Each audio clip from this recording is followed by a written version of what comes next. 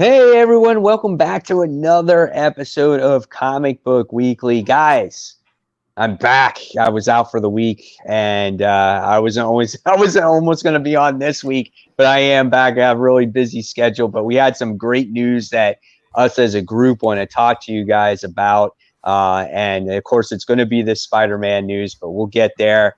But of course, I'm Mike Spider Slayer, and here we have Brant Fowler. What's up, everybody? And next we have Kat Comic Uno. Hey guys, what is up? We have a ton to talk about. Like Mike said, we have the Spider-Man news, which was kind of like last minute news. So if you saw from yesterday, we're going to discuss Wonder Woman, which we still are going to discuss, but our bigger topic is going to be Spider-Man. So also we have some big news for the podcast. So stick around for after the news segment because we got some really cool news for the new year. That's technically still news, right? I mean, that's still part of news. Yeah, it's our news. Sure. Right, exactly. It is part of the news for sure. But speaking of, let's get into some media news first. We have Green Arrow is going to be in Fortnite. So Brant wanted to discuss this. This is like I don't know. I thought this was a random one. I was like, okay, they're really getting everybody here. Yeah, I thought it was interesting because to my recollection, I think Harley's the only one that's been maybe. Did they do the Joker thing? I don't remember. Aquaman. Did they do Aquaman? Oh yeah, you're right. Black Manta. Yeah. Yeah. So this was the interesting thing about this is it was leaked. So like it wasn't supposed to be revealed yet or out there yet. So somebody leaked it, and now everybody knows that there's Green Arrow, and there's probably more to come. But it's I think it's cool that they're expanding more of the DC stuff now too, because they've done a lot of Marvel. Yeah, absolutely. Sure.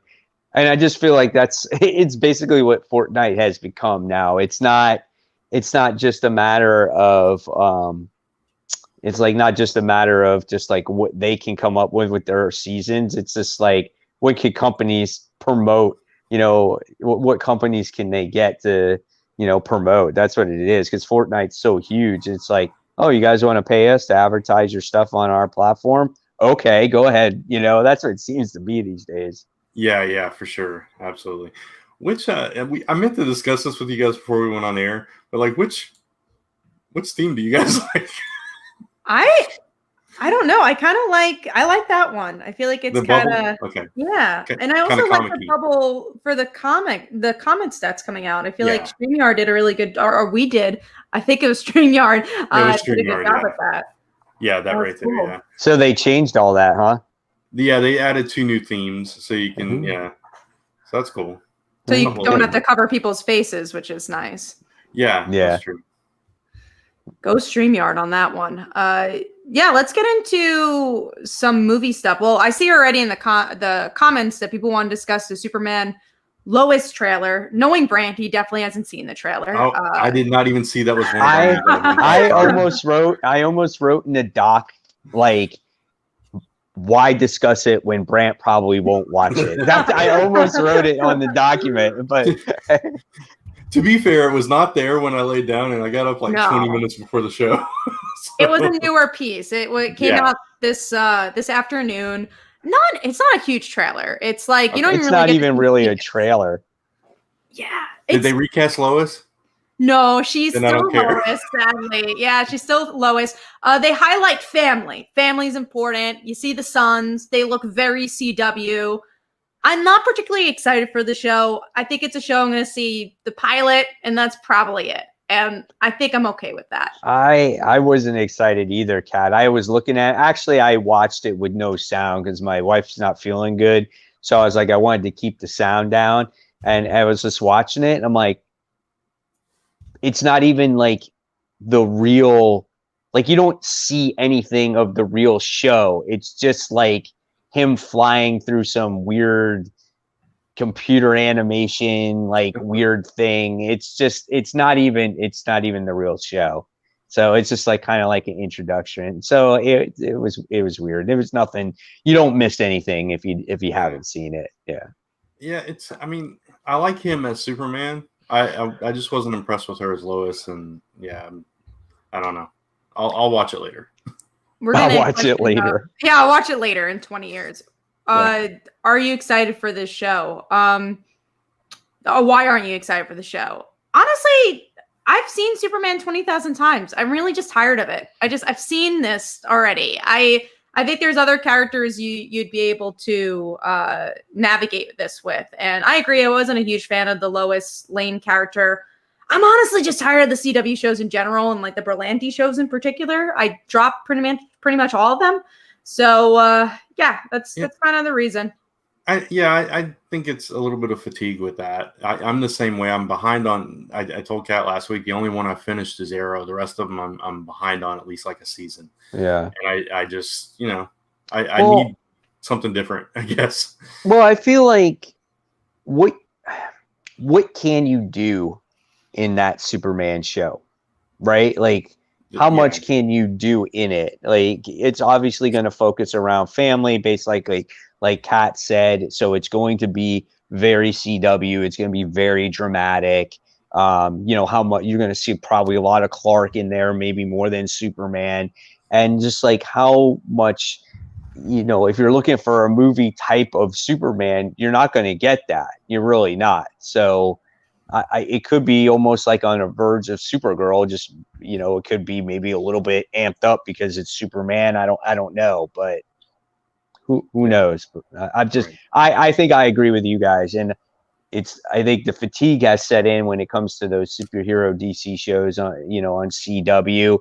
They're kind of like cookie cutter. When you've seen one, you've seen them all. Yeah, exactly. And that's not to deter, because I'm seeing like, how about Green Lantern? How about Doom Patrol? Different showrunners. So, and also these are things we've never seen a show for. I've never seen a Green Lantern show, so I'm excited for that. Doom Patrol, I haven't really watched it. It wasn't my thing, but I get why people like it. So completely different than other superhero shows. I reference like The Boys again. So different for Watchmen. Different stuff. If you watch Titans, even Titans. I don't even love Titans, but it's different than Supergirl and The Flash are all the same show.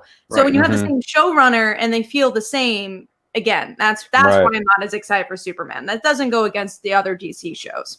Yeah, or Superman, the actor for Superman, because I really liked him as Superman actually. But go ahead, Mike. We did get a quick question in here. It has nothing to do with what we were talking about, but it's from Troy. He says, "Hey everyone, do you think all of the DC comic number ones next week are going to be a good restart? What do you guys think?" We're talking Future State. Yeah, Future State. Oh, okay. So do you think yeah, I think it's gonna be like, especially like the new Batman stuff or next Batman. I think that's gonna be a really good jumping on point. And I hope more people get into DC Comics as they did with the New 52 and all that with Future State and give it an honest shot. Yeah, I agree. And it's like we talked about before, we've not been as excited about DC as we would like to be in recent months. So we're kind of excited for something different and a change. And I know we're all going to try all of them. So that's kind of what we committed between ourselves to do. So hopefully it won't disappoint. Yeah, next week. Not tomorrow, but next comic week is going to be a huge, gigantic week. So be ready for that. Oh, for sure. We're all really excited for that show. All right, let's get into some other news here. We got Batgirl and Static Shock are kind of in talks to be HBO Max exclusive films, so they're not going to be in theaters. Which, if you guys, we're going to talk about Wonder Woman, of course, but if you guys didn't know, Wonder Woman did really well for a pandemic movie. Like, it did very well in theaters for a pandemic movie. I think it's like the highest grossing. Yeah, I mean, we'll talk about it, but so much that they already greenlit 3. Yeah, which we're going to discuss Wonder Woman 3. So this is interesting because a lot of people are up in arms like, oh, well, how can it not have a theater release? But look at Netflix movies. They're exclusive to Netflix and they do fine. They win Oscars. They get nominated for Oscars. So I do not have an issue with it being HBO Max exclusive. Yeah, especially in the current climate of the world, right? I mean, it's not going away yet, so it's I think it's smart on their part because a lot of people are even with theaters partially open, a lot of people aren't going to go because of I mean, and all this with like the movies and shows and everything else, I think it's going to be a test of what the experience is going to be like in the future. And if movies can do well in streaming services and in other platforms, you could see the end of the movies. You know what I'm saying? It could very well happen.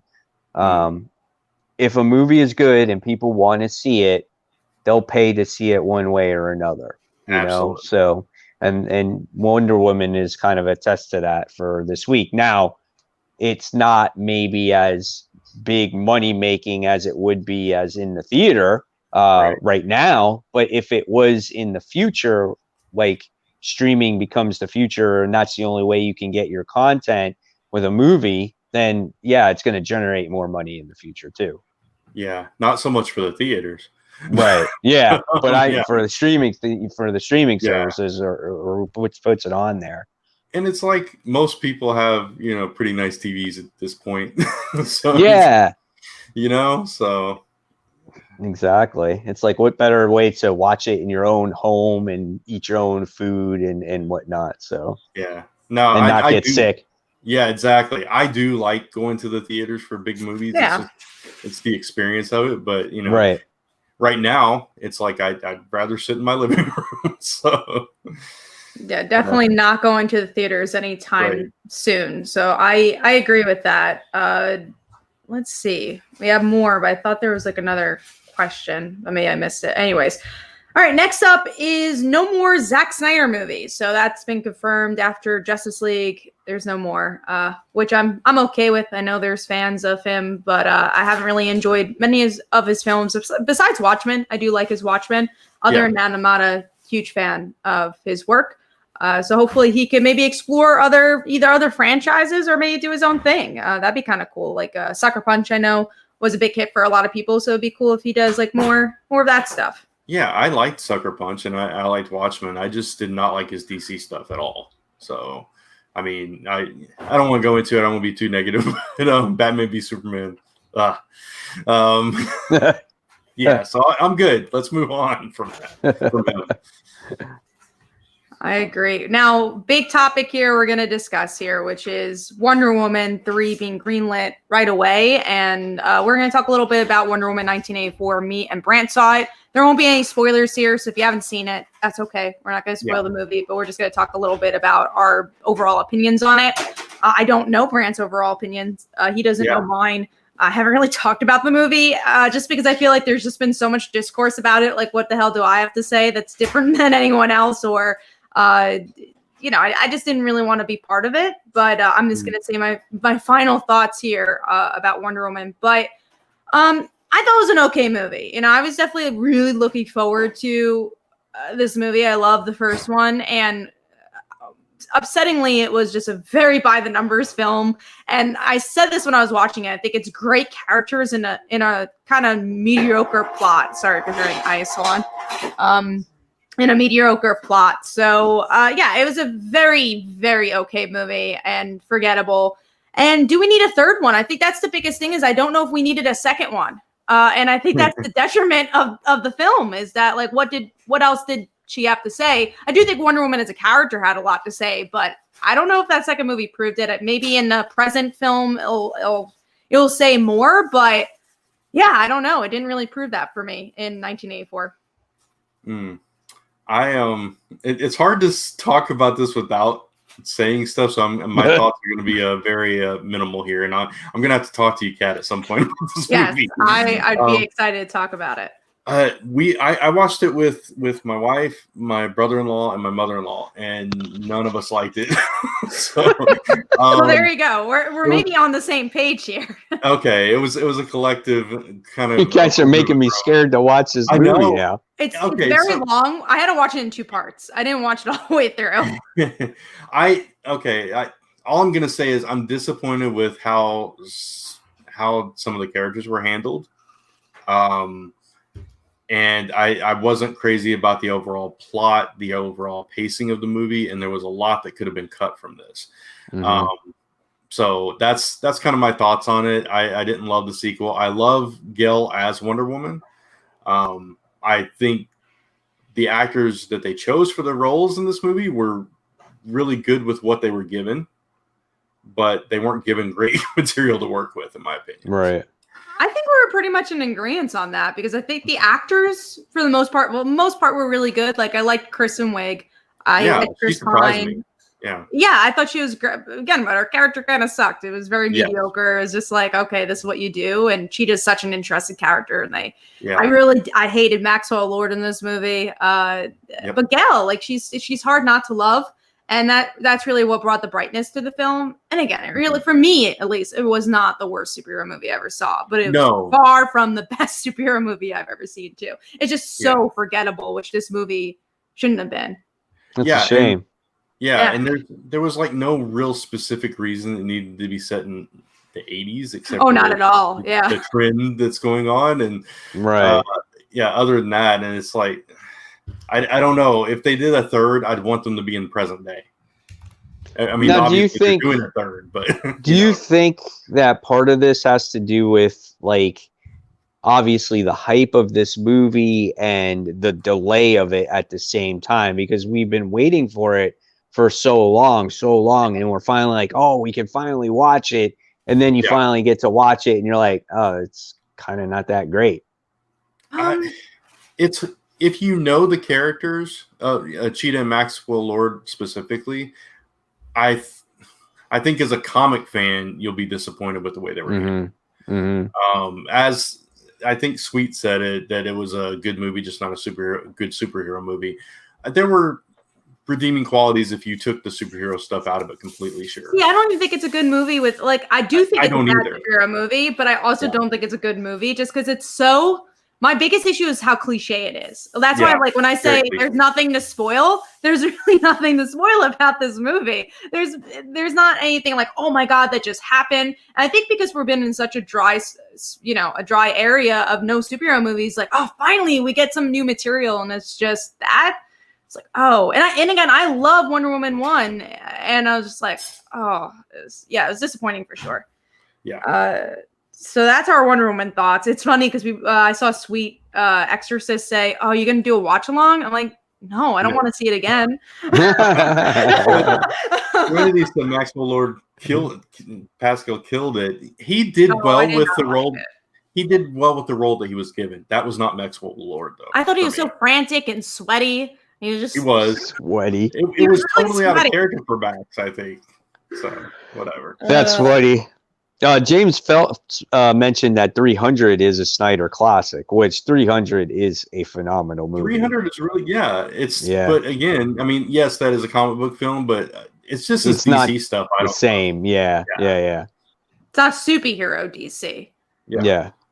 It's also weird to say about Watchmen because Watchmen's technically a DC movie. It's technically a superhero movie, but it's just so different. Like I love Watchmen. I don't even know why. It's so different from the graphic novel, but I think that's what I like about it. Yeah. 300 I can watch 100 times and never get sick of that movie. I love that movie. It's so entertaining to me. It's so funny because when my mom's walking up the stairs, sometimes I'll be passing, I'll like motion kick and go, for Sparta! Kicking her into the well. No, I don't really kick my mom down the stairs. I'm just joking with her, but yeah. That's funny. Well, one thing I do want to mention, first of all, we have 45 viewers, so thank you so much. And awesome. What's really cool is actually like half on half on each channel. So 23 on my channel and 23 on Comic Frontline right now. That's awesome. Thank you guys really so much. Yeah. So thank you guys. And then are we going to mention that? Are we going to mention that we actually are going to stream it through my Facebook channel starting next year? We haven't. We could talk about it now. Yeah, we can do that. Well, you kind of just did, so so if you're looking for another place to watch this show on, we're going to be able to have it on 3 places now. So you're going to be able to watch it on Comic Frontline because obviously we are the Comic Frontline group where this show originated from, right? So the Comic Book Weekly show.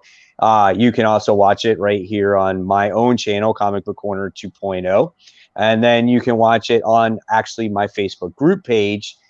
Which is Comic Book Corner 2.0 Webheads Unite, and we're going to start doing that hopefully next week. Yeah. So any of those areas you can start watching this show, and in a little bit we're going to give you more news about this particular show as well. We do. We have a lot of news, but we are going to talk about some comic news first, and that is Black Knight returning. I think it's a mini-series that's coming out for that one. Mm-hmm. So I was right about why Symbiote Spider-Man, King in Black. You still talking, but you're still. Yeah. Let's not. And maybe pause too. Yeah. I hear him clicking now. I know. I hear him clicking. He's like click, click, click. Just not your voice. But yeah, go on with Black Knight. All right. So Black Knight. So Black Knight is a book that I kind of, when I was reading Symbiote Spider-Man, I was kind of right about it because King in Black Spider-Man is basically a preview book of Black Knight issue 1. That's basically what it's about. And now we're getting a mini series from it as well. So that's basically what it is now. So if you're a fan of Dan Whitman and you haven't seen him in a while, go ahead and check it out. I might check it out because I think he's kind of a cool character, but that's exactly what Symbiote Spider-Man is right now. It's a push for his book. So that was its agenda there. Yeah, I liked some of his stuff from, I think it was the 90s. There was an Avengers story with Exodus and Black Knight. They're somehow connected. I don't remember what it was called, Blood Wraith or something like that. But I enjoyed that, and I enjoy him at times. So I'm going to check it out, and hopefully it'll be a solid series.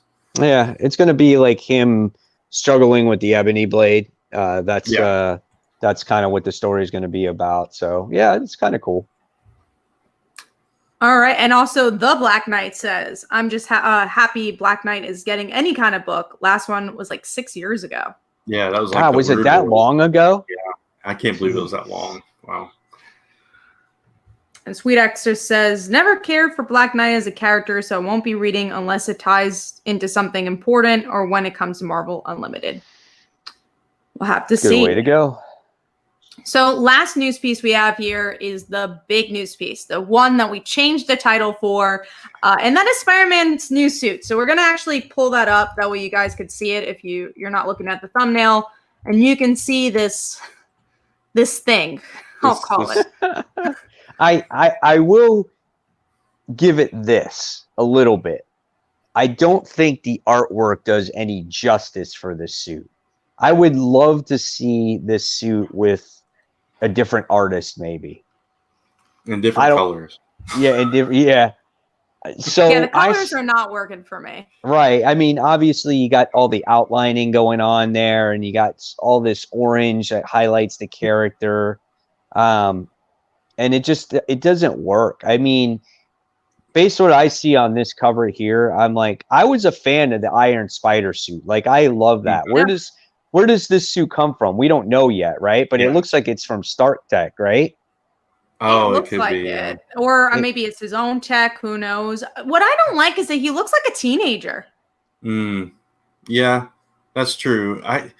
Color-wise, what I don't love is they have the orange outlining the yellow. So it's like you got too many colors going on now, and it's kind of clashing. Yeah, right. That's what I mean. So it's like those outlining colors just take away from the actual suit. That's why I would like to see the suit like in an interior or maybe by a more detailed artist. It just doesn't look like it's finished. You know what I'm saying? It's just it just looks incomplete. But let's break it down a little bit here. Let's take a look at it. Let's start at his web shooters. So his web shooters are now like he's wearing them on the outside, so right? Ben Reilly style. Yeah, it's kind of like that. And he has like these gauntlets instead of like his traditional sleeve. Like it goes almost all the way up to his elbow. So what do you think about that going in that direction? Not a fan. Yeah, I don't mind the web shooters being on the outside. I mean, Ben Reilly made it work. I thought it looked cool, but the whole gauntlet thing is a little much. Right. And then also the question you have to ask as well is, why does he have a new suit? Like, we don't know that yet. Yeah. Yeah, why does he need it? But honestly, I think they're doing it is because sales are probably down for Spider-Man. Kindred didn't make it as high as they thought it would, and they're like, oh no, we got to do something to make Spider-Man exciting. Let's give him a new suit. Yeah, And that's so disappointing. And that's what they've done for years and years. They always give him a new suit when they need to inject some cells into Spider-Man. But there's been some duds over the years, and I think this might be one. It's the eyes that do it for me. I don't even get how the eyes work. Why they're glowing, why there's this like black mascara around it. I don't get it. His eyes look like they pop out. Yeah. It looks like a skeleton a little bit. Yeah, it's so weird. And then look at his helmet though. He's wearing a helmet. That you can tell. No. Because if you see like where his ear would be, it's like it's all mechanicalized. So maybe he's screwed up from Kindred and he has to wear this suit. Maybe that's that could be the case. The video game version of Spider-Man, that's like a completely different design, and it's got white and stuff on it too, and I think that looks really cool. Like there's a way to do this kind of suit, like you mentioned the Iron Spider. Yeah, that was completely different color scheme and everything. It looked really cool. I think there's a way to do it, and they just missed the mark with this one. I think it's too much white. It's like too much white after Labor Day, and it's not working out for him. Yeah, why is it going up over his knees too? It should cut off where that outline is, I think. Yeah, and also the mix with gray. There's too many colors going on because you have orange, blue, gray, white. That's a lot of colors. Yellow, yeah. A little bit of yellow. Yeah, and I also agree with Mike. The art's not great because if you look at his legs, especially in this one, they're very flimsy. I don't know. Not excited. Not excited about this. We were it's so funny because this was going to be just like, oh, it's a little topic we'll add to the news, we'll talk about it. Then it came out and it's like, oh, we gotta make this our topic. Yeah. Because you look at that thing and it's got to be talked about. I'm all for change, and I usually love a new Spider-Man suit, but this one it doesn't work. I would love to see this done by just a more detailed artist. This just looks like a picture that's just like stuck on another comic, especially with that background. It's like almost photoshopped, and we just kind of like stuck it on there just to show you this image. You have how you have that image of the Iron Spider suit, and Spider-Man is on top of like the Captain America shield. Mm-hmm. You know that one? Yeah. Like, did you see how detailed that is and how realistic that looks? Like, how cool would this suit look if they did an image like that? Like, took the time and done something like that. Then maybe people could warm up to it a little bit more. This just doesn't do it any justice. Yeah.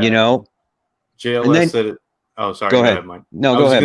JLS said it looks like Spider-Gwen's slippers, but in white. I didn't notice the little foot thing. Maybe that's what they're trying to go for. Maybe. I wanted to see all the comments because I don't know. Like even his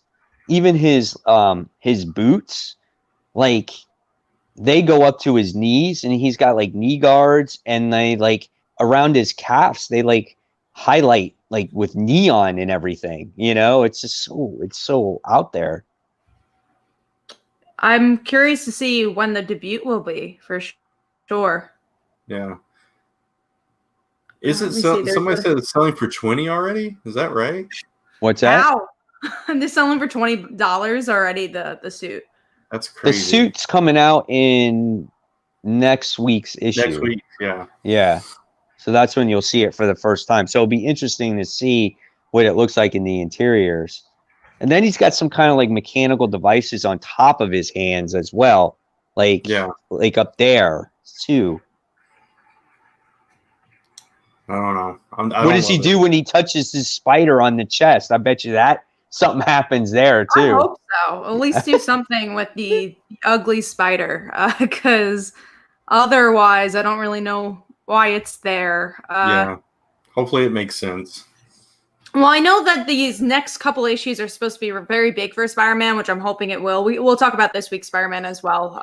So yeah, hopefully the suit is not the big news, and we actually got some other stuff to discuss from this week's Spider-Man or next week's Spider-Man. There's also another image on there too. I don't know if you guys saw it, where he's web slinging, and it's for Amazing Spider-Man issue 63. So there's 62. So if you look at 63, there's a different one.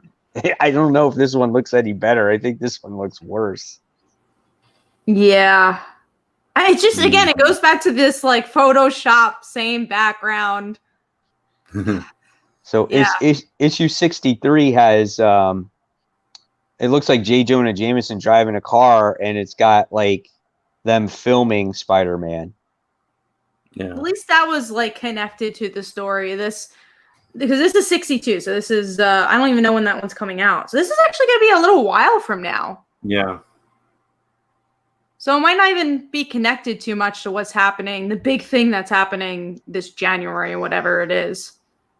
On 63, it also says The Amazing Spider-Man number 63, and then beneath it, it says Stark on it. There you go. There's the image. So if you look under it, it says Stark. So yeah, maybe it is from Stark. It's just, but we've seen that before. I know. I was like, all right, cool. I don't need a repeat. Like tomorrow's issue is 55, so that's far from now. Yeah, I don't know how often it comes out. I don't remember. Twice a month. Twice a month. Okay. Yeah. Well, I think it was even more than twice a month with the LR issues. It was like 4 a month because of the LR issues. But yeah, it goes back to Nick Spencer. I think really just repeating storylines over and over. I just feel like we're not getting anything new, and that's been my biggest complaint. He relies too much on nostalgia. So who do you think at this point was better, Dan Slott or Nick Spencer? Now that you got some solid issues in there. Spencer. I would still say Nick Spencer for me. That's tough for me, actually. I think. Okay, I'll give you this. When it came to Dan Slott in Superior Spider-Man, I actually really liked it because at the time the idea was original, right? So I think Dan Slott should have ended it there when Superior Spider-Man ended. I agree with that, and comparing just that run, the Superior Spider-Man stuff, I was much more invested in that series than I am this run. Right. I do think Dan Slott did better and bigger things, but I think Nick Spencer's writing dialogue-wise is cleaner. Like I don't feel bored reading Nick Spencer's run. Like sometimes it's not good issues, but like the dialogue's always good. It's always in character. Dan Slott sometimes was very, very crowded, and I'm just like, I don't even know what's going on in this issue. And I do appreciate that Spencer brought back the supporting cast, which Dan Slott pretty much got rid of. Right, right. And I agree. But as of late, though, we haven't really, seen just as of now, we're getting Mary Jane back, and you got Norman back, but you haven't seen Boomerang in forever. I was about to say, what happened to Boomerang? You haven't seen his roommate in forever. Like, you haven't seen that fun side of Peter. It's been so dark, and some people are like, well, that's okay because we haven't seen a dark Spider-Man in a while, which is fine. My biggest thing with Spencer is that his storyline is just too dragged out. Yeah, absolutely. I agree as well. So what did that say? It said, I'd say Dan Slott, his run got me into comics with Superior Spider-Man. Nick Spencer's Spider-Man is good, but feels like filler. Yeah, because it's so dragged out. Yeah. So dragged out. Yeah, exactly. And David Berg says, I don't read any Spider-Man. We're big Spider-Man fans here on this show, so it's hard for us when we're not crazy about it. Especially because last year, we could also plug our best comics of the year. We've been doing every week of this month, we've been talking about our favorite miniseries, our favorite ongoing series. And Spider-Man last year did so well on our list. We were so excited about Spider-Man. He was winning left and right. And not to see Spider-Man at all on this list is kind of crazy to see in 1 year how things have changed so much for this book and how we lose excitement for this book. Also plugging, definitely go vote for the best comics of the year because you guys have 1 more week to vote for that. And then the winners are going to be announced in like a week or so. So definitely go check that out. Yeah, absolutely. But I guess all of us are not fans of this new suit. I just want to know what his eyes do. I'm very curious what they just are. blink. Oh my God, if they blink, that would be even worse. Can you imagine that? Beep, beep. He's like headlight. He's got headlights on his head. He does, and I hope they beam out. Like they could get brighter, and like when he's in dark places, he can see really well. Time to put on the Spidey vision. Yeah. Oh God. What if it's not even Peter at all? What if it's somebody else? How about it's Harry? If it's Harry, I'm really going to be upset because he doesn't need to be in everything. That would be terrible. I would not be happy. I do think it's Spider-Man because I feel like if there was a new character, they really would have milked that cow. They're like, and it's a new character. Who is it? So I think it has to be Peter. It's Ben Reilly again because it's Kane. I'd be so disappointed. There's more clones somehow because every story is being recycled in this run. So I'll be very excited for that. Yep, the Jackal is back and he just made a whole bunch of more clones. Yeah. Oh, it's Ben Reilly from Spider-Gwen's universe. They gotta do a Ben Reilly from Spider-Gwen. That'd be really, really fun. Yeah. I love that. I don't even know what that would look like. Actually, that'd be such a fun story arc because then it's like Peter comes back. How do you feel about that? Ooh, when was the last time we had a costume change? It's been a while though. The last time we had a costume change? I would actually say the PS4 Spider-Man, but I don't know if that counts because it wasn't in canon. I guess before that it was the Spider-Man's Peter's bodyguard when he was rich. It was a slight change because he had the he had the glowing. It was like glowing or something. That's right. Yeah. That wasn't even that long. That was kind of a long time ago. Because he had the webware. Yeah. Yeah, he had that. That's right. So I'll ask this to the fans and to you guys. Favorite Spider-Man costume ever? Oh man, favorite ever? Mm-hmm. I always have to go with the original. We shouldn't. Well, let's exclude the original because I feel like let's exclude the original. Other than the original, For me, it's the black suit. I love the Scarlet Spider suit. Honestly, I know that's technically not him. Yeah, stop cheating. Okay, so discounting that one, man, that's tough. I think for me it'd be between Iron Spider and the PS4 one because I really like both of those. All right. This new one's my favorite suit. I love this suit. Sure, Mike. Okay, we'll go. I will. Oh, that's a good one too. Yeah. That is nice. I would always say the black suit because it was so cool at its time, but I guess that's the obvious answer. I want to say the Iron Spider suit because when that came out, I was like, "Oh, this is weird," but it was so different. And I think that's what I liked about it, but it was different in a good way. And it had a nice mix of a spider suit, a mechanical spider, and I thought it was a great idea at the time because it was attached to Civil War that Tony built it for him. Yeah. And I thought that was really cool. And again, some of the art pieces that they did with it, I thought was astronomical. So I think I'm going to go with that one. Yeah, it worked so well too, and it was interesting because it's like, oh wow, Peter has Doc Ock arms. It was so weird, but it's somehow with the story, like you said, it worked really well. Right, and the colors are cool too. Now, I don't want people to get that confused with the MCU Iron Spider suit. That's different. Like the color scheme is different in that and everything else. Even the way it works is kind of different. Yeah. Right, exactly. So this is the comic version of that. Right. Now the other question, because Brant was already kind of discussing this, for another character, what's your favorite spider suit? For me, it's got to be Spider-Gwen. I just think she became popular because I think of her suit.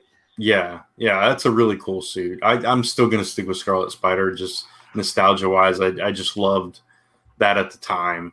It was different. It was cool. And it was just kind of neat the way he put it together too. It was like, oh, I bought a hoodie, cut the sleeves off, and there I am.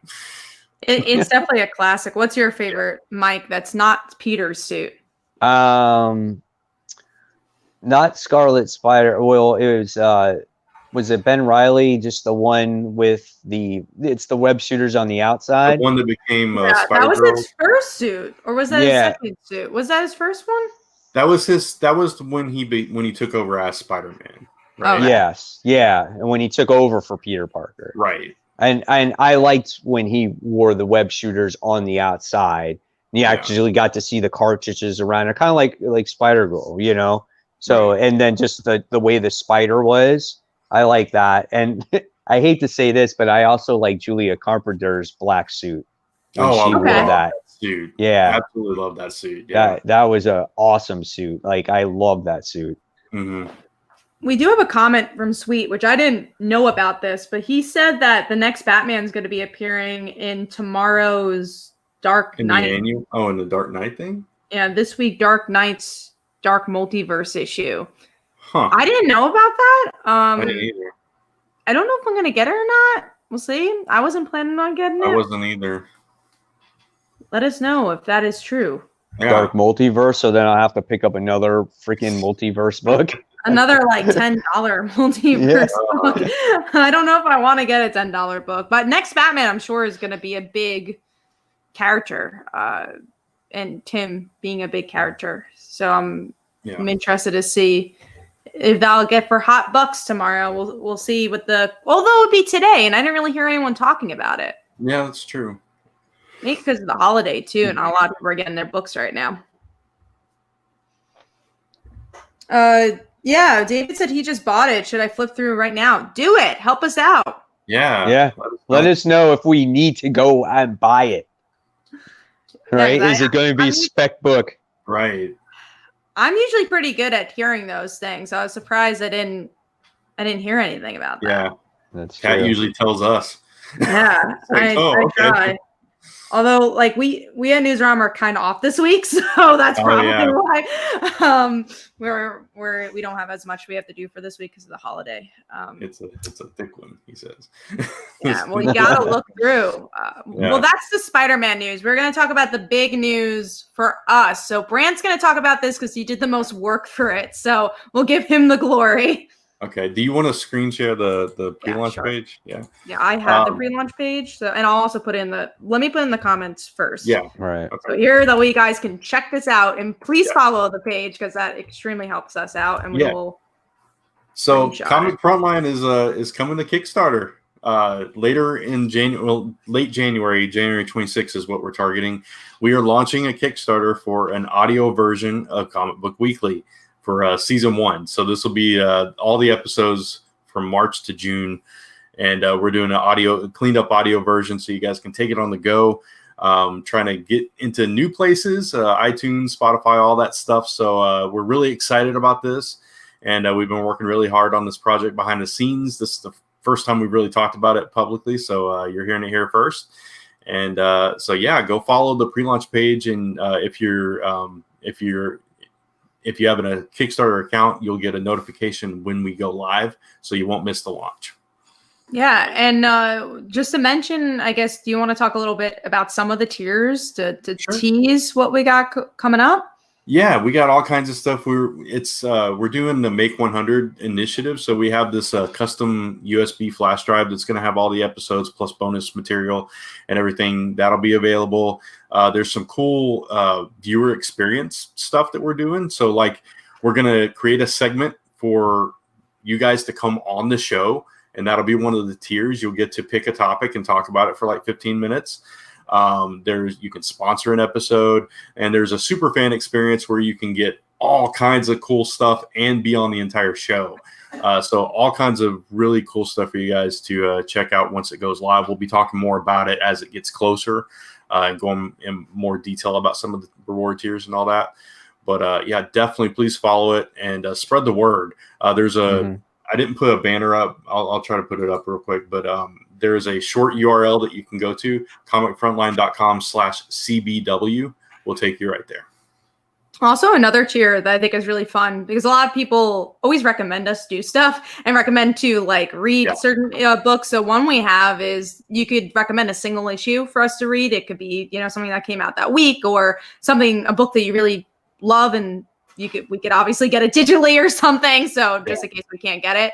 And there's also a tier where you can recommend a graphic novel if you feel like an issue is not enough. So there'll be a segment on the show where we review that issue and talk about it. So we really want to make it a viewer experience, and we want to make it as professional as possible. And this is the step to do that.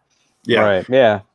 But so I just wanted to say real quick, like Kat said, we wanted to make it interactive for you guys, so we thought that this was the best way, getting viewers involved and having their voices heard and putting some input in the show. I think that's a good reward idea. So it was awesome. Yeah, another reward is you can produce the news section. So you get to pick all the news stories, give Kat a break for a week. And you get to decide what we talk about in detail. So that's kind of cool. And the reason we're doing this, the funds we needed are for the hosting and for editing the podcast. So we want to, like Kat said, do it really professional, do it really tight, and get a good show out for you guys. Yeah, that means we're getting an editor. So we're hiring someone to edit our stuff, which is pretty cool. And we're super excited about this one. We're excited for the future. We thought finally we're at a place in our viewership and our podcast where we could do this. So and me and Brant obviously have been doing Kickstarter for a really long time. So we thought we've been chatting about this for like years, not Kickstarter, but we're thinking, Patreon, this and that. And we thought this was something we could give the most to people, because with Patreon, not excluding that, doesn't mean we'll never do it, but I feel like how much content can you give to a viewer? And this, we feel like you get content right away, and you get the most content from us and the most out of the show through a Kickstarter. Yeah, and like we've been talking about this whole little time, is it expands that viewer experience for you guys, and it's something that we weren't offering before. So that's, something new coming with the Kickstarter. So that's a really cool thing that we just kind of want to give back in that way too. So obviously stay tuned for that. Be coming out end of the month, and I'm sure we'll mention it plenty more times just to get it into your guys' ears so you don't forget it. But we're just trying to make this show better for everybody and to expand our horizons a little bit. So thank you for taking the time and listening. Thank you, Brant, for explaining it and doing the legwork in it, and Kat and Brant also, because you guys got the experience with the Kickstarter. So I think hopefully it'll be successful. Yeah. All right. Excited. Also, just one question from Jimmy. Ember stuff? ? They're maybe. We're trying to get some Light Father, Light Daughter Ember stuff that makes the most sense for the Kickstarter. Yeah, exactly. There will be some component of those things available there, yes. But it's not a comic book Kickstarter, so it's not gonna, it's not gonna be the highlight. But we're gonna try getting those comics into your hands. Yeah, we are gonna try to do a cool print though, so more details on that to come. Thank you guys so much. We're so happy about the feedback. We're still on the edge of our seats about this Tim Fox thing.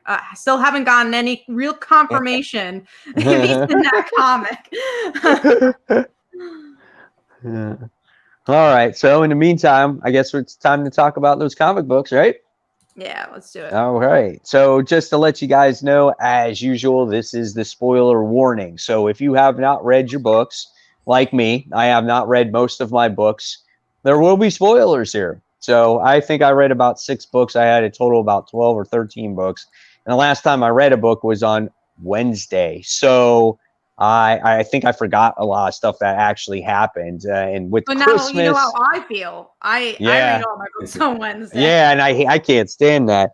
And with Christmas and me doing tennis camp, it was such a challenging week this week and last week. So I'm going to do my best to remember what I can. So if there's certain things, though, that you guys want to talk about in our discussion with these comics, feel free to do it. It's not like I'm not going to read the book anyway. Okay. So I'm fine with that. All right. So here we go into the comics. First is Under the Radar. And I'm going to start with Brant because it looks like yours was Transformers / Back to the Future issue 2. Yeah, I finally read that first issue and followed it up with the second. So, it's a fun story. It's a cool crossover to have, and I love the way they frame it. That there's all these different realities and that kind of thing, and it kind of makes sense the way that they come into the story. And in this issue, you get to see his skateboard come to life as a transformer. Yeah, and you learn how the car became a transformer. It's just cool. It's fun if you're a fan of these two 80s properties that that they've mashed up here. I love the way that they're doing it. So yeah, I agree with you. I did read this book. I thought it was interesting. I loved how Rumble was like the main character in this book. And I didn't see the skateboard being a transformer. I didn't see that until I was like, what? I'm like, they made him a transformer. I thought that was pretty funny.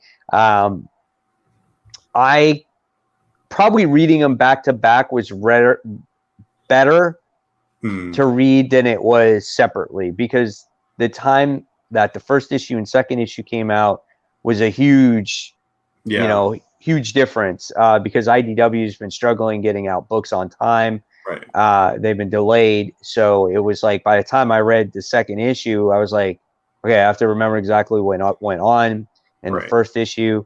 And so, but it was a great story still. I really enjoyed it. So I'm glad you did. Yeah. I was a little nervous when I saw Rodimus because I know he gets a lot of hate. Yes. But yeah, then it made sense story-wise why that was the way it was, because the future got changed, which makes sense with Marty. So yep.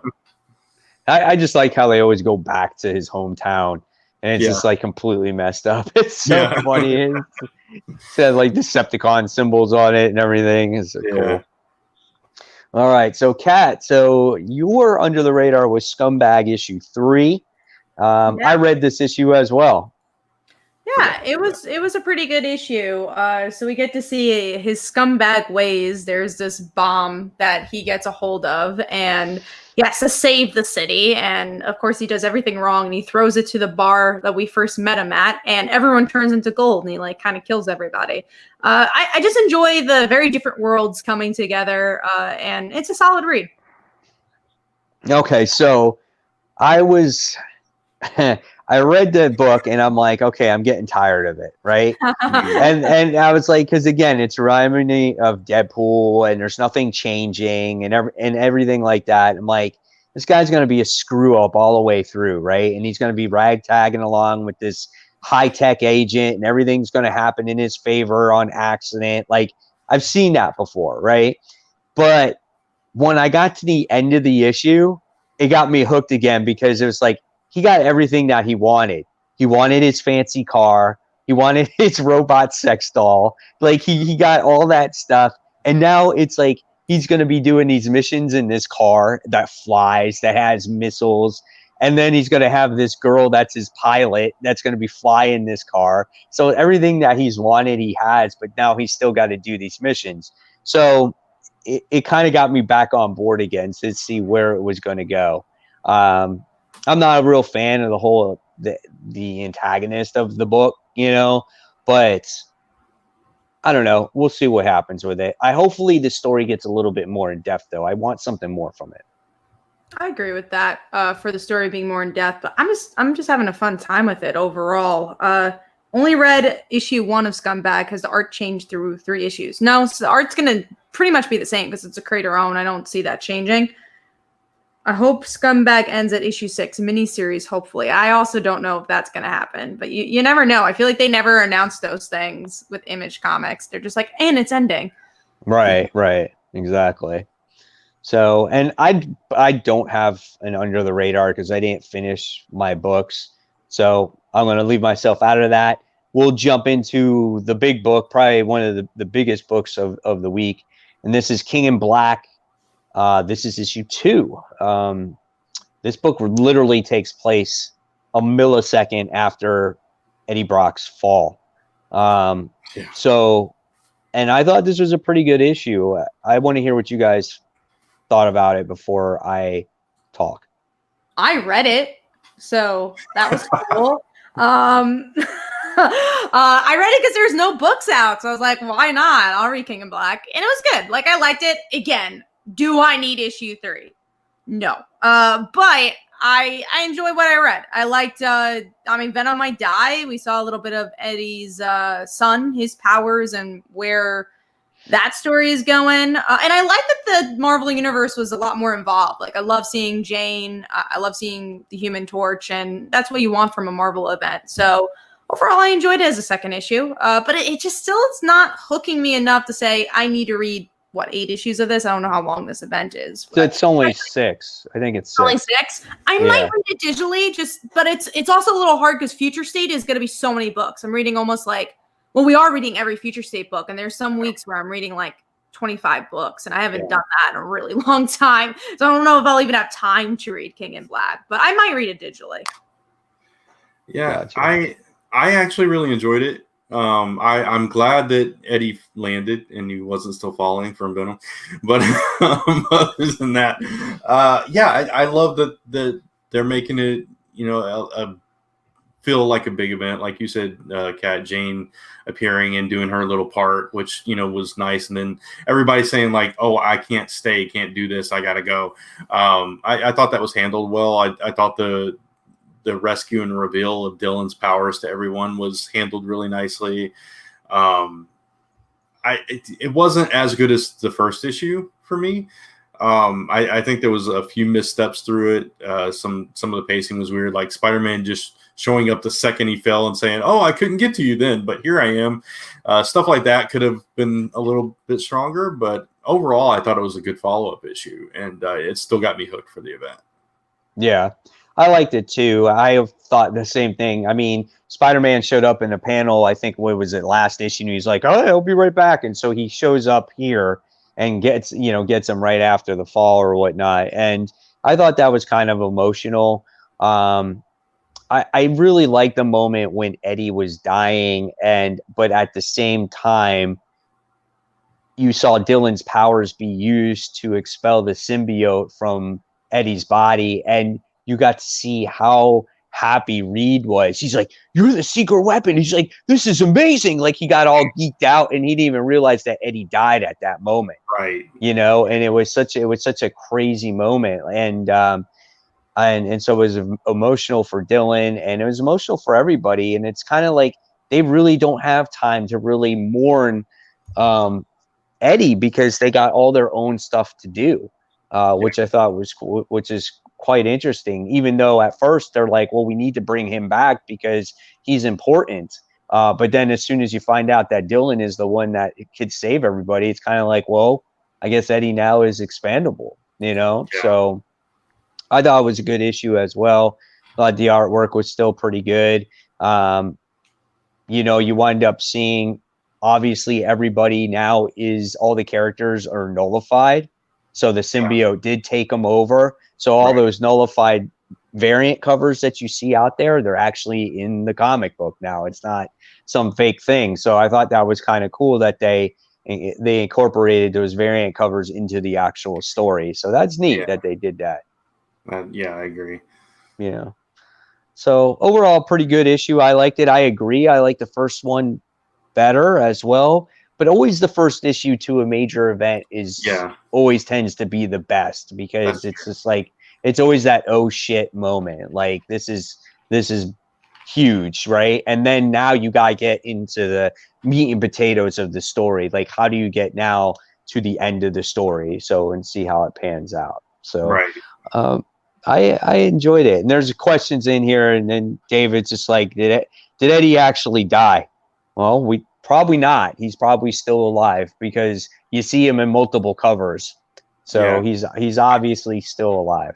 I kind of like that he's out of the picture, being Venom, or was Venom before he got a symbiote taken. I kind of like that he's sidelined, because everybody else has to step up and kind of.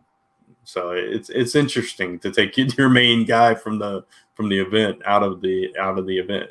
Right, exactly, and I agree with Kat. Like, this is a true event because it's affecting all of the Marvel characters. And to get those characters involved shows you that it's it makes sense why this event actually takes place in so many books, even though the tie-ins, like most of them so far, kind of sucked, Yeah.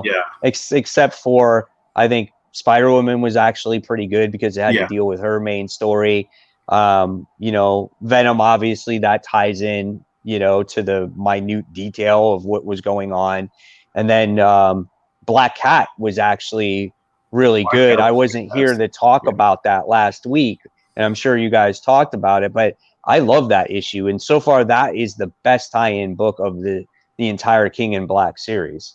Absolutely. I agree. It's also interesting with this issue. We have a lot of franchises, but you also see their tones of it. Like with Valkyrie, you had the haunting death over Venom. And I thought that was really cool. And you felt like you were reading a Valkyrie book, even though it was a Valkyrie book. So I like the attention to detail in that regard. Yeah, absolutely. Absolutely. So that's good stuff.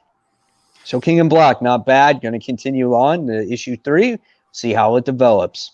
All right, so I don't actually have a top 5 this week, so I'm going to leave it up to you guys with the top 5. So, Kat, what was your number 5? Speaking of Spider-Woman, it was Spider-Woman. I thought it was better than last issue because I really didn't like last issue. But it's also not as good as it has been because I feel like the twists and turns of the previous arc was a little better. But I like the character moments, especially between Carol and Jessica, and just seeing like two best friends get at it. And then even some of I would say even the Kelly Thompson-esque jokes of even though it's obviously not Kelly Thompson, but Carly kind of has a little bit of a similar vibe to her voice, where you got like the Hulk tank and like little minute details like that. So I liked the characters. I thought they were good, and it was a fun issue, just not my favorite arc. Mm-hmm. Yeah, I completely agree with everything you said. It was a better issue, but the highlight of this issue was definitely the stuff between Carol and Jess, and just like as the serum affected her more and more, she was like saying stuff that was like digging deep and hurt Carol and stuff, and Carol had to step up and stop holding back, and it was a really good sequence building up to that moment. So I like that, and I like the little digs at Hawkeye, which seems like everybody takes digs at Hawkeye, so that was fun. But I still prefer that first arc too, but definitely a better issue for this one, and a solid tie-in, like you said, Mike. Right. I mean, it made sense. What they had to do, and then obviously the main story intertwined in between the two. And this is obviously, it's like, it is a book where it actually goes into drug abuse. Like, this is something that would happen to somebody if they were addicted to, say, heroin or something like that, where it's like, I need this to survive. And they'll go through anything to get what they want. They'll say anything to get what they want. And then when they don't get what they want, they're going to do things and hurt the closest people to them, even if it's the drugs talking. I mean, that's what made it so emotional, such an emotional book. And I felt that. And what Jessica said to Carol, man, about the whole kids situation, that was tough, man. It's just like, oh, like you said, it dug hard, man. And so this book is good. This book is pretty interesting. Now to see what's going to happen going forward, as she's going in face to face with her enemy to get the drug that she needs to continue to survive. But the more she takes that drug, the worse she becomes. So it's a good book. I'll be curious to see how that whole thing wraps up and where we go from there with Jess. That's what I'm looking forward to. Yeah, she's getting screwed up. That's for sure. Yeah. All right. So, Brant, what was your number 5? Oh, man. Any other week. I only read 7 books. So my number 5 is actually Wonder Woman 769. Oh, man. Yeah. It was better than the past few issues, I think.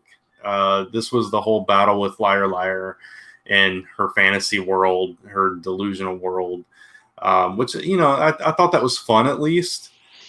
She's seeing herself as a knight and Wonder Woman as an evil queen. And, you have that whole battle and Maxwell Lord's hanging on the edge of life in a coma. And then you get that nice little cliffhanger of him manipulating her at the end and kind of teasing stuff to come in the future.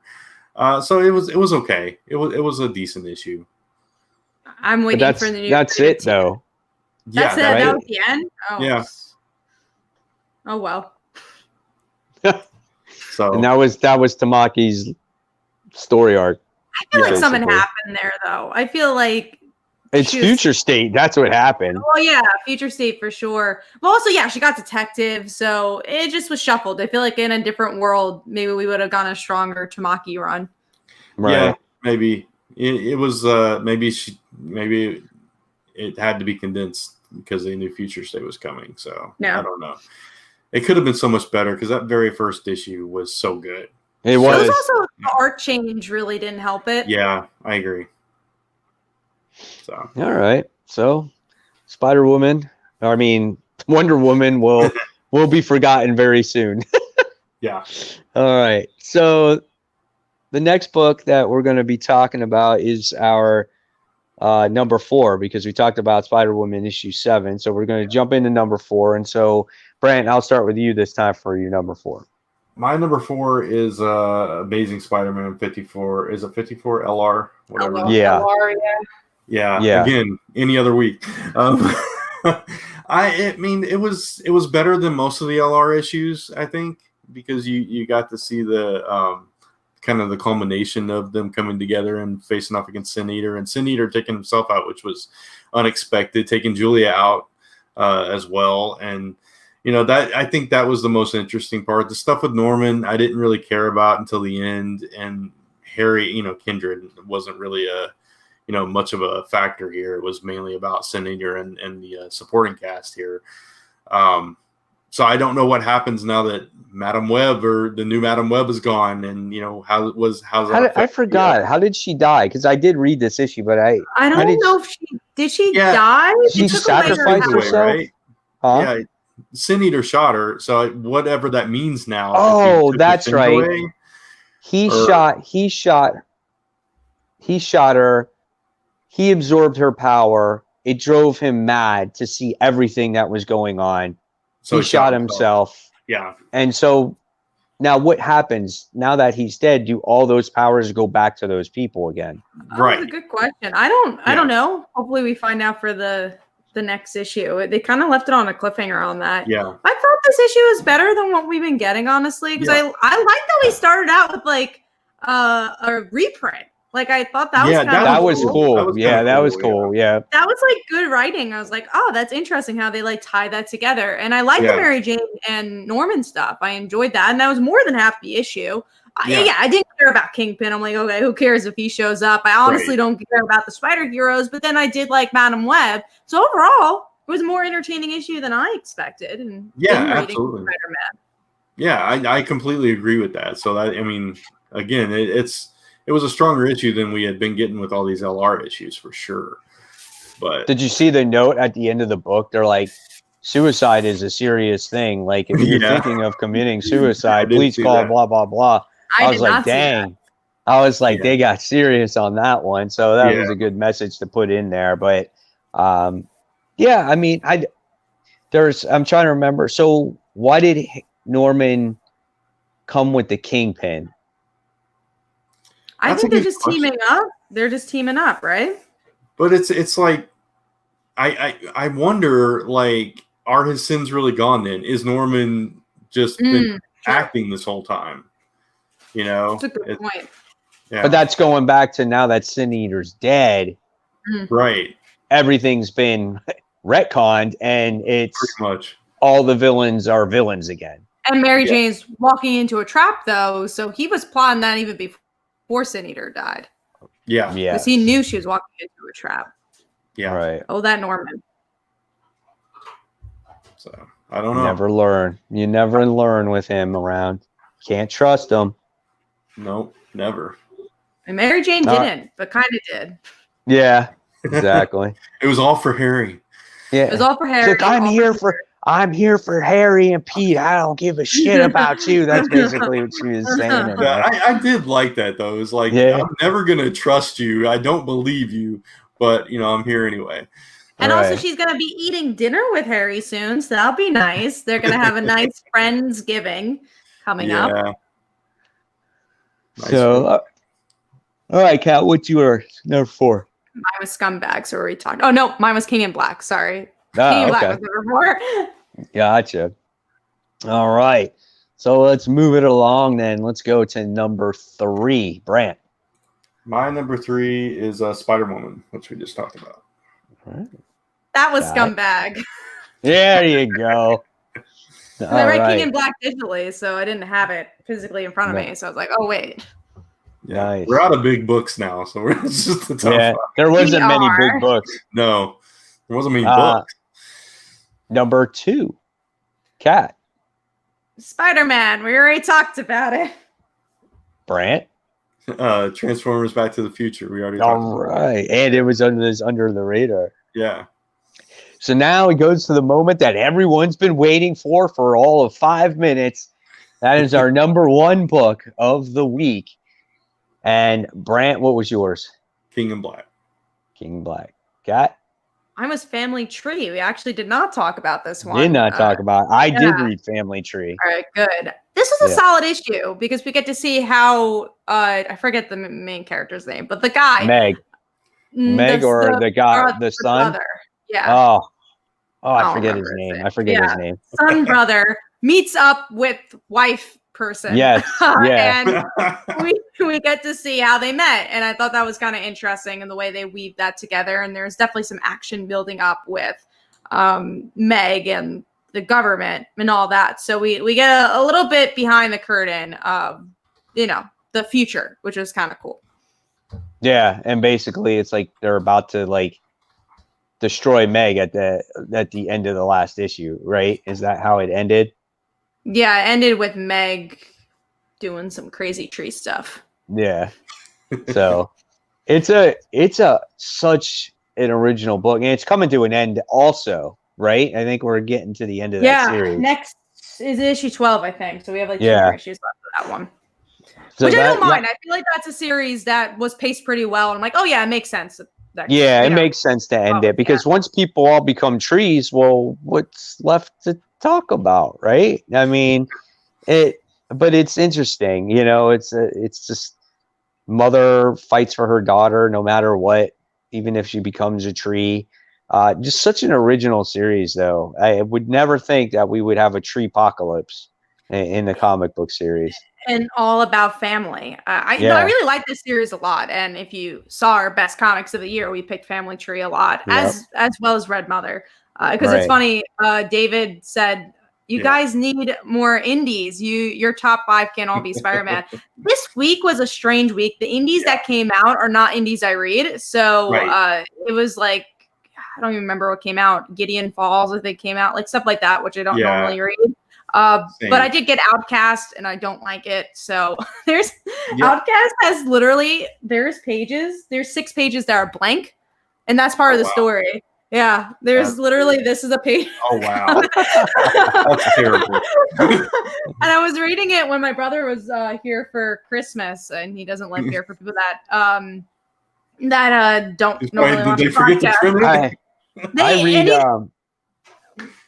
I read Something Is Killing the Children, but I just didn't get a chance to read the issue yet this week.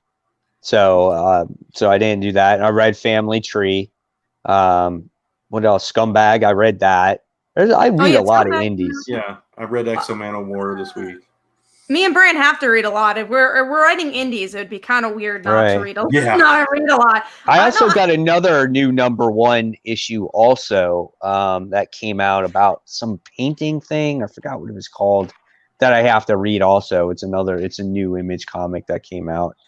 So we always try to get new books and get new indies. We do have a couple more questions here. What issue of Family Tree? We're on issue 10, so we have 2 more issues left. Yeah. And then also, what about more DC Comics? Speak to us in 2 weeks. We're going to read every single Future State book. And also this week, there wasn't a lot of DC books. The only book I got was Harley Quinn. So the only book I think I got was Detective this week. Wonder Woman. And I didn't read that. So there was very few DC books that actually came out, unless I guess maybe if it was tied to death metal. Yeah, we're not reading death metal continuously, so yeah. I think the books that did come out, it's just a lot of stuff we don't read. Mm-hmm. It just happens. Sometimes it's that type of week, but like we said, when Future State comes out, we're going to be reading a lot.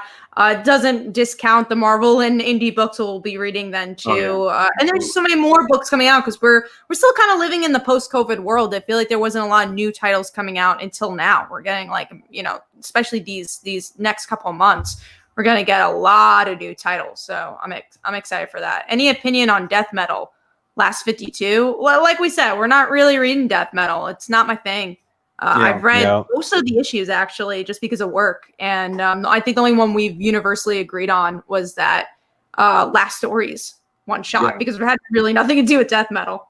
Right. I haven't read. I still have to read issues 5 and 6 of death metal. I have not read those.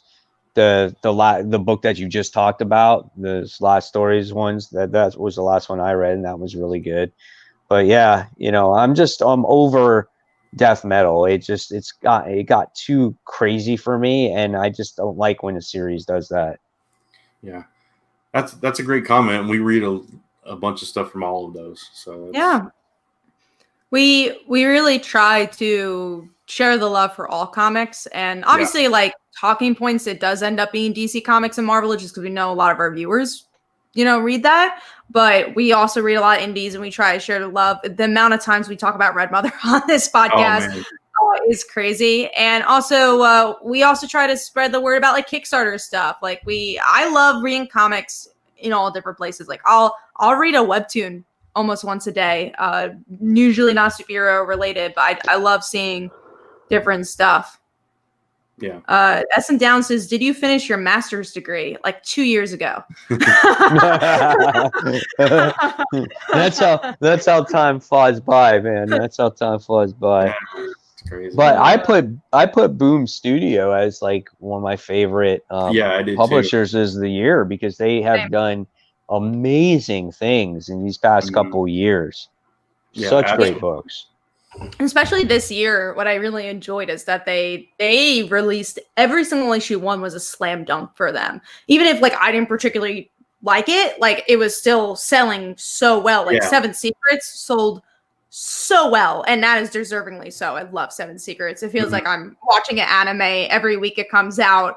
But then you have something's killing the children, and again Red Mother and Power Rangers. There's such a diverse amount of books at Boom. And also, one thing I mentioned this on the best comics of the year. I feel like Image Comics did the best job at the pandemic because they and I know a lot of their books are kind of already in the they're in the can, so it's a little helpful. And if you guys don't know, a lot of Image Comics books are paid by the creator first. So the creator and like the artist, they'll pay up front and, you'll get the money as you sell books. But most of those books are paid beforehand. So it's not about, oh, we need the money from Diamond.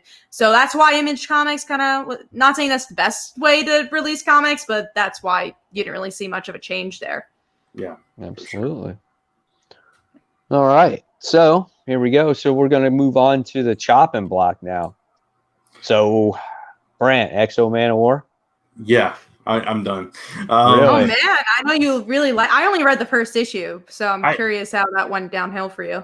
Yeah, it kind of gradually went down for me. The first issue I really enjoyed. The second issue is like, it was okay. And this issue just kind of lost me. I don't know. I can't really pinpoint the reason, but as I was reading, I was just getting bored like a third of the way through, and I powered through it. I just didn't like some of the direction with the character. He just seemed like I don't know. He started being like really cornball through it. Isn't Dennis Hopeless writing it? Is yeah. it? Yeah. Yes. Yeah. Yeah. So that surprised me. I love Hopeless. I love a lot of the stuff. For whatever reason, I couldn't connect with any of the characters in this issue, and I wasn't crazy about the plot, and the art wasn't even that strong. So I just lost me on every level for this issue. So yeah, I think I'm done for now, unless somebody tells me next issue is amazing. It won't be us. I don't think any of us are reading it. Yeah. I read the first issue and I really liked it, but then COVID hit, and then I was never able to get the second issue. So then, like, So it was like, okay, well, it looks like I'm not going to be reading that. And then Third never came out to my store either. So I'm just like, well, let's just guess it's one less comic that I'm going to be reading. Yeah. It's unfortunate because I wanted to like it this time. I always try EXO, and eventually this happens with EXO for me. So it may just be a character I just can't connect with. So that was like Black Widow with me. Yeah. Until this series. Kelly Thompson. Yeah. Kelly Thompson has to write for EXO Man of War. Maybe that. There you go. That'll change your opinion. And then yeah. Oh, sorry, Brent. No, go ahead. I was going to say the same thing probably. Okay. No, I was just going to move on to the next, your next book that you're thinking about dropping is Excalibur, and I still didn't read this yet. So I'm interested to see. Yeah, I know. Well, I wanted to try it after X of Swords, right? Or Ten of Swords. And it was okay, but I'm not invested. The only interesting thing is this issue focused on trying to find Betsy. That's her name. I had to think about it for a second. So, that's fine. That's interesting. There's conflict between them because Richter's like missing Apocalypse hard. He's like, I don't know. It's like he's losing out on his drugs or something. He's missing them that much. And Rogue and Gambit are just like, Rogue especially is upset with Richter because he's missing him so much. So it's like, so I'm a little frustrated with it, but at the same time, it's like I'm curious to see what happens with Betsy. And now Jamie's wanting to clone her. He went to Sinister to get a clone of her. So it's kind of interesting. So I want to stick around for another issue to see if it holds my interest. But at the same time, I'm just not loving it. So. All right. So it doesn't give me excitement to read it, but I'm going to have to. Yeah. All right. So that is the Chopping Block. So I'll pass it over to you, Brant. I'm going to talk about some of the books that we're anticipating this coming week. It's a very small week, but again, next week is going to be huge. So save that money if you can. It's even smaller than this week. I got 7 books this week. Next week, I'm getting 6. So it's crazy. So I'll talk about Avengers first. It's issue 40 is the first part of the Phoenix thing. I didn't love the prologue to it, but there was some interesting stuff like we talked about before, Mike. Right. So I'm definitely going to try this one to see if I actually like the story, because I assume it's not the past anymore. Now we're in present. And exactly. Yeah. So the bird's got to find its new avatar. So yeah, exactly. We're going to see what happens there. I'll definitely pick it up. Yeah. So we also got Wolverine issue 8/350. So legacy number 350, I guess. Mike, you're going to read this one? Yeah. I mean, I've been reading the Wolverine series, but we're kicking off a new story arc because Maverick is coming back. Yeah. That's interesting. Yeah, that in itself is, you don't need to say anymore. It's just, Maverick's coming back. Okay. Yeah. So we'll see. It's I don't know. I don't know how to feel about it, but we'll. Let's see what else we got. We got.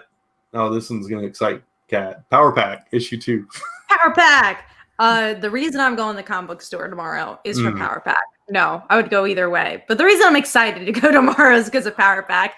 This is Alex's narrative issue, so he's narrating it, and love the first issue. I'm stoked. I'm so excited, but it's not Julie centric, so like I gotta wait for like full on excitement for Julie. Like I'm saving it. Yeah, the first issue was fun. I had some issues with it, like we talked about when it came out, but I'll read the second one for sure. They've been arrested. You better wait for Julie. Like that's all I'm asking. Yeah. Don't need to read the whole miniseries, but wait for Julie. I need to talk to someone about it. I'll probably read the whole thing because it was fun at least. So, Serenity pointed out something I missed with Excalibur. Well, I forgot to mention with Excalibur was at the end. The cliffhanger is she's alive and she's sitting with Warren, in bed. Okay. So like they're together. So it's like okay. So that was interesting too. Yeah. Same comment. Yeah. Okay. I was just sorry. Let's see what else. We got the Jenny Hex special. So that's okay. Yeah. I read this issue and you Okay. guys need to read it. Like, I Okay. was kind of blown away by it, and I Really? really, really enjoyed it. Yeah, I was. It's on my pull list. Like Yeah. I put it on my pull list to buy. Who writes it? It's more. Uh, I don't I actually know. I It forget starts how. with an M. Yeah, Bisaglio. I can't remember the first name. Yeah, someone with an M. I actually interviewed her too for an interview. But anyways, it's really good because with Ginny Hex, we never really got much of her character in Young Justice. We got it here and there. Right. There's like one issue that we got, but this one fully dives into her world. You hear her voice, you see supporting characters. It's like kind of everything I wanted in Young Justice, and it was good. And even if there's like nothing after this, it's a good one shot. It's a good standalone story, but also feels like it sets up for more as well. So I really recommend it. I was pleasantly surprised. The artwork was really good for it too. So I've been wanting to talk about this one. Yeah, that's good. Sorry, Brent. That's good because it's the same thing. When I read Young Justice for the 8 times that I jumped on and off that book, the one thing that book starved was character development. It never dove into that. And Jenny Hex seemed like an interesting character. Like we wanted to see where she got her weapons from and all that other stuff. And it's just like, when I saw that this one shot was coming out, I'm like, I hope they dive into her character in this book. I want to see it. So that's great that you're letting us know that that's out there. Yeah, definitely go check it out. I'm excited for everyone's thoughts for next week on it. What issue is this? It's issue 1, so it's just one issue. It's a one shot. It's probably gonna be like $5 or whatever. But for a low week, also like if this issue does well, then maybe it could get a mini series or something. So I hope it does well enough. She was one of the more interesting characters from Young Justice, so I was curious about it. So I'm glad to hear that. She had the most development, even out of like the old characters, which is strange to say. At least she had that one issue. Yeah. Did we find out what's in the trunk? We find out one of the things that's in the trunk. It's like it's kind of like dilation away, where there's always a new superpower. That's the trunk. Like here's a new thing that could be a superpower. Yeah, that's cool. I like that though. It's keeps you guessing. We do also get like her full origins, like her family origins, which is really cool as well. Nice. Okay. Cool. I'm looking forward to it now. It might be the first book I read. We got Amazing Spider-Man 55, which we talked about a little bit, the whole Kindred thing. So, yeah. We'll see, right? This is it, though. This wraps it up, though, basically, right? Yeah, it should, right? I want something big to happen. I want there to be something we are really excited to talk about next week. But what could it actually be? I don't know. That's what I'm worried about. That Harry dies. Harry dies again. Peter Parker dies and he gets into a new suit. Yeah. Maybe that might happen. And he's kept alive. It's like a Darth Vader suit. So if he comes out of this suit, he'll die. That's the. We don't get to see Peter's pretty face then. So that's it's sad. all beat up because he's been killed 8 times by Kindred. I just hope it's nothing to do with Mary Jane. Just like leave Mary Jane out of it. I'd rather her not be in the book if they're gonna just do something with her. Yeah, I agree. She's got to go back to Hollywood. She was just there to be with Harry, right? So that's it. Not even Peter. No, not even Peter. It's like, but Harry, we need to take care of him. Yeah. Get back to the dancing over the phone. No, please don't. We got X-Men number 16, which is the first issue after Ten of Swords, right? Which feels like forever. Yeah, it is. Yeah. So I'm definitely curious to see where they pick up from there. I don't even know what they're focusing on in this issue. I never got to read the solicits. So I don't think it matters because X-Men usually has like one word solicits. It's like fight. Yeah, that's true. That's true. Yeah. It's like it'll be one word in Krakoan language. You got to be cipher to read it. That really helped selling it. Yeah, exactly. All right, so the last book. No, we got 2 more. We got King in Black, Iron Man, Doctor Doom, number 1. So the 2 of them team. I'm getting this because there were so little books. I don't think I would have gotten it it was a bigger week, but I'm like, all right, it's the same writer as Iron Man, so I'll give it a shot. But I I'm don't getting really it, man. I want to see a symbiotic Santa Claus. That's what I want to see. Yeah, I hope it meets your expectations. I don't know. I don't. I'm so burnt out on Doctor Doom. No, that's the one part of it that's like, but bringing It's one him issue. Yeah, it's one issue. I know. Bringing him into the mix is going to be interesting, though. We'll see. And then the last one is the Batman Annual #5. So, which is Clown Hunter's origin. Right. So that I'm looking forward to that. I want to see more about that character. Yeah. See what his whole story My parents died. There's a baseball bat on the floor. There's a batarang where Batman should have been to help save my parents. I stuck the batarang in my bat, and now I am Clown Hunter because I found this skater's helmet in my room. And what a failure of a Clown Hunter he is. I've only seen him hunt a clown once. Yeah. He hasn't really hunted many clowns. That's true. Yeah. He tried with Harley, but that didn't even work out. So, I mean, Bruce talked him down from it, though. Yeah, he talked him down from the ledge. So, I'm still curious, though. I actually really do like the character. I think he has a lot of potential. I saw the preview, though, for the artwork. Not a fan. Oh, really? Well, the art has been changing a lot, though, recently in Batman. Yeah, like every issue.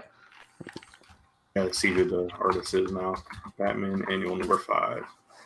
No, look up a preview. Where do you think Clown Hunter can go? Like, what do you think? Do you see the potential of him changing, maybe becoming I hate to say it, another Robin or a sidekick for Batman? Like now, though, technically Batman, his sidekick is Ghostmaker. So, like, what's going on with that too? Up with Jason Todd. I think that'd be fun. Like if he's like Jason Todd's sidekick. That could be interesting. That fits. Because that makes sense. I don't need another Robin. I'm good. So Red Hood and the Outlaw with Clown Hunter. Yeah, why not? That'd be fun. Yeah. The artist is James Stocco, I think. Look at the preview. Yeah, I'm trying to find one. It looks like he did like Godzilla and Orc Stain and Samurai Jack, this artist. So it's all very similar style. It's kind of weird. Here, I'm gonna screen share. Okay, cool. Did you guys talk about Batman last week? I think we about did, the whole situation with Ghostmaker because he's teaming up with Ghostmaker again. Yeah, we did talk about that. That they're besties now. Yeah, that's the same as that kind of art in all the other books that I just looked at. Yeah, Interesting. I'm not a huge fan of the art style. Yeah, not for a Batman book. I agree. But yeah, we talked about that and how abrupt that change to him. That fight was. Yeah, it was like, oh, I just don't want to fight anymore. Okay. Yeah, that's good. Let's go. Yeah, now let's team up. Yeah, no, let's be friends. Like, how long do you think that's gonna last? Right. I think because I interviewed James for a Newsarama interview, he said like what's going to be interesting about the upcoming story is that Batman never really has a friend that he fights along. So I think it's going to be for a while. He's going to be his bestie. That will be interesting. So now he won't have a Robin. He'll probably have a Bud, right? Mm-hmm. So bros. And then so again we have Clown Hunter in the mix. So I guess that's going to be the next thing. Like, where is he going to fit in all this? Because obviously Tynion has a plan for this character. He's not going to be Clown Hunter forever. Right. Yeah, that wouldn't work long term. Or they keep the name and he's just whatever he does. I don't even know what he would do. You know, it'd also be another character because we haven't seen her in a while. And we know that she was in the Punchline on one shot. Harper Row could be kind of fun with Clown Hunter. What if Harper Row is? Oh, go ahead, Brent. I was just gonna say, what if Clown Hunter is? What is it, Red X or whatever? Yeah, but I think it's a new character. You think it's a new character? Okay. From the solicits, it seems like it is because I thought it was Damien at first, but they're like, it's a student that's at the academy, so it seems like Harper Row. I mean, it's just like she hasn't been around in a millennia, and then she shows up in that Punchline book. Yeah. You know what I'm saying? It would be cool if they did something with her. Like, I would like Yeah. to see her return. Yeah. Especially Untapped with especially with that little subplot with her brother. I thought that was they could do something there with that. Well, Punchline has a backup story in Joker, Yeah, so I have a feeling that's where that's gonna continue. Yeah, that's true. We'll see. Stuff to look forward to, but I think that's wrapping us up. So unless we have anything else we wanted to chat about, No, I think that's it. I think that's All it. right. Yeah. All right. Let's go around. I'll flash that up again. All So right. go ahead. Yeah, I'll just put it up there. All right. So that's it, guys. We're going to close the show. Do any of you guys have anything that you want to promote one more time, or things that are coming out? Definitely the Kickstarter. So I'm going to post it one more time. It really helps if you guys follow the page. So if you guys could follow it, that'd be greatly appreciated. For me, comic book reviews as usual, but I posted my top 10 favorite comics of the year last week or 2 weeks ago. And this week I did most anticipated comics for 2021. So if you guys want to check that out, go for it. Yeah. And again, like Kat said, we got the best of. We're going to be revealing the winners next week. Also, top panels. We got one more week. This week's panels that are going to come out, and then we'll do the winners of that as well, upcoming in a couple weeks. So vote for all that stuff. It's fun over on comicfrontline.com. For me, funds are coming in for my Kickstarter, so I'm moving forward with that. That's exciting. And I've got a bunch of stuff coming up next year. I just kind of want to tease. We got all kinds of books coming out from Last Summer Press next year. Yeah. Sorry. No, you go, Brent. Finish your thought. Oh, okay. And we just got every page of Celestial Falcon issue number 2 today. So Lucas just sent the whole thing on one big file. So I was like, okay, cool. So very excited about that. We got some new cameo stuff, and it looks really good. Honestly, it really does. So. Jimmy also asked, they call her Dancer issue 3. In about a month or so, you'll be hearing some news about the Dancer.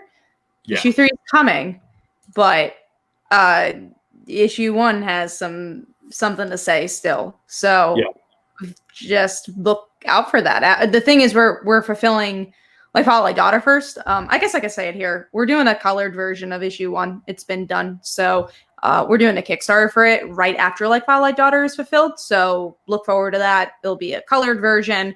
And then we'll be hopefully releasing all the issues colored through Kickstarter. That's the plan. And they're all done. So we're coloring issue 3 now. All of the lettering and the interiors have been done for the Dancer for a while. So it's more of just prepping and planning how to release it than actually finishing it, because it's been done. So it's not, so don't worry, you're going to get the book. And so we're going to be releasing issue 1 in a new way. So look forward to that. Yeah. And one more thing I'll just tease, kind of piggyback off of that, is anybody that read Pneumatic Cases from us, we're actually launching issue 3 right after the Frontline Kickstarter. So nice. Yeah, so that is coming very soon. But that's it for me. So all right. So then for me, real quick, guys, yesterday I did a video on the top 5 comic book YouTubers that I watch. So you guys can go ahead and check that out. I also put up today, it was a little later than usual because my schedule was crazy. I put up my top 10 most anticipated comic books for next week. So we were talking about Future State. All those Future State books are going to be on that video. So if you want to hear my thoughts or which ones are coming out next week, go ahead and check that one out.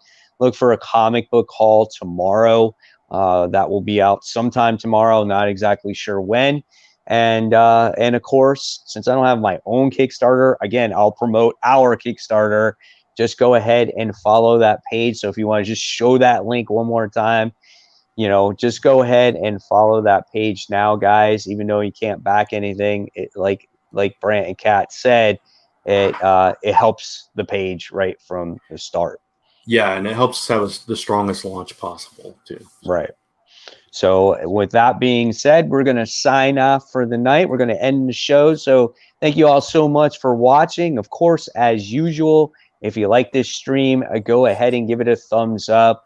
Subscribe to the channel or our channels, Comic Frontline and Comic Book Corner 2.0. Hit that bell so you don't miss those notifications. Of course, follow us all on Facebook, Twitter, Instagram, and yeah, YouTube, obviously, because that's where you're watching it from. So obviously you already follow us, I guess.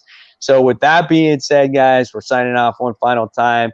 We'll see you guys next week. Thank you so much for watching. And